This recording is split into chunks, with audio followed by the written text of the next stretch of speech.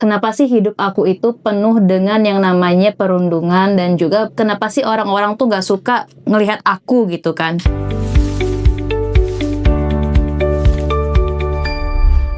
Taman Sains. Teman berpikir, teman bertumbuh. Seporsi mie ayam sebelum mati. Mie ayam ya. Siapa sih yang gak suka sama mie ayam? Tokoh yang satu ini juga suka loh sama mie ayam, yaitu si Ale. Tapi si Ale ini sebelum makan mie ayam itu, dia kepikiran untuk bunuh diri. Kira-kira kenapa ya?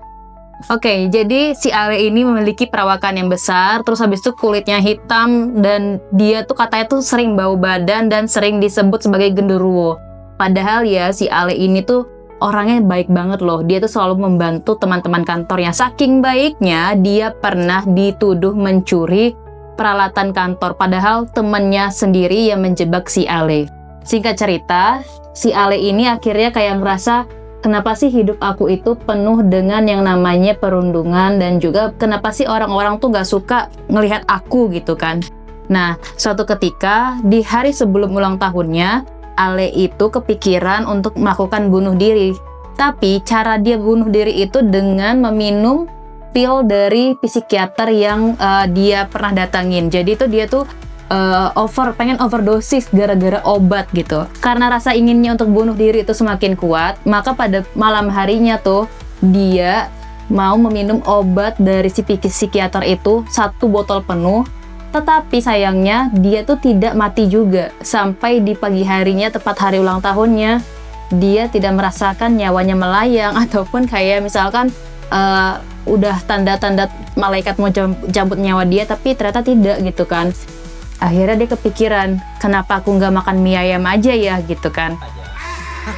Jadi pada saat pagi harinya, setelah dia berusaha untuk bunuh diri, dia tuh pergi ke salah satu tempat mie ayam langganannya. Si tukang mie ayam itu tutup, dia kayak ngerasa kayak, kenapa sih aku mau bunuh diri aja susah, terus habis itu kenapa sih mie ayam yang aku pengenin itu malah tutup. Setelah kejadian yang menyebalkan itu, dari yang dia tidak jadi bunuh diri sampai tukang mie ayamnya tutup, dia akhirnya memutuskan untuk pergi ke salah satu warung untuk membeli rokok kretek. Dan sampai di sana, celakanya dia itu menjadi korban salah tangkap. Jadi itu di warung itu ternyata ada salah satu intel polisi yang ingin menangkap salah satu gembong narkoba. Tetapi karena perawakannya si Ale ini besar dan gelap dan bertubuh coklat, jadi si polisinya itu malah menangkap dia, bukan menangkap pelaku sesungguhnya. Jadi dijebloskanlah si Ale ini ke penjara.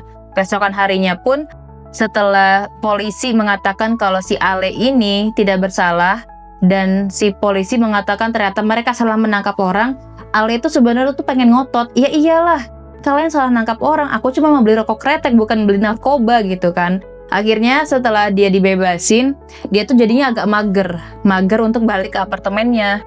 Pergilah dia ke beberapa tempat lokasi gitu kan. Ketemulah dengan beberapa orang yang istilahnya yang bisa merubah hidupnya gitu kan. Salah satunya itu memang yang paling berpengaruh itu adalah si Mami Louise. Kenapa ya dengan Mami Louise itu? Kamu bisa baca dari buku ini. Karena aku tidak terlalu banyak bersyukur dan aku tidak mengingat Tuhan. Malah aku ingin cepat-cepat mati gitu. Proses yang pertama itu tadi adalah kamu harus bisa memaknai kehidupan itu lebih baik. Dan yang kedua, kamu juga gak perlu takut kalau kamu itu merasa paling kurang, karena banyak sekali orang-orang yang di sana yang juga lebih kurang dari kamu gitu loh.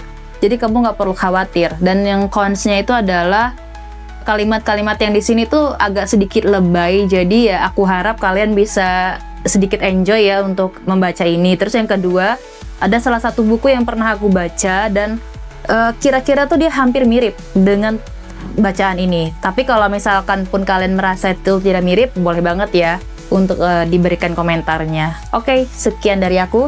Sampai jumpa.